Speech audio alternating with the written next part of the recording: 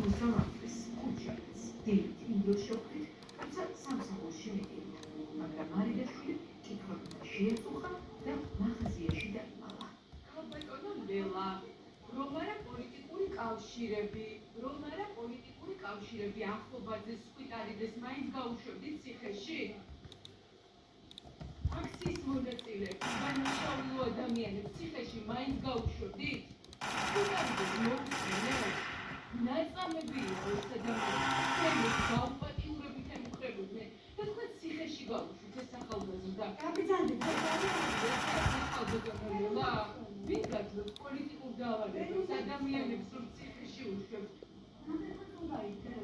უნდა მიპასუხოთ, როგორ აღმოჩნდით კარგი ოცნები და სასამართლო. თქვენ რა უფლება გაქვთ უკვე ამდენჯერ რომ მისვამთ ამ კითხვას? გითხარით რომ არ გპასუხოთ? საპრობილოსოვი. გითხარით რომ არ გპასუხოთ? გითხარით რომ არ გპასუხოთ? როცა კითხვების პირისპირ მარტო რჩება პასუხები მარიდაშვილს აქვს.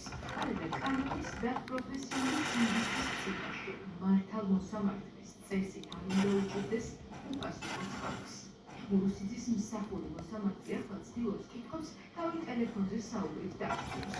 მაგრამ ის გვარები ესმის, ის ციხეში გაშვებასაც ხელი მოაწერა. ამჯერად ერთი გიორგი ახლოვაძის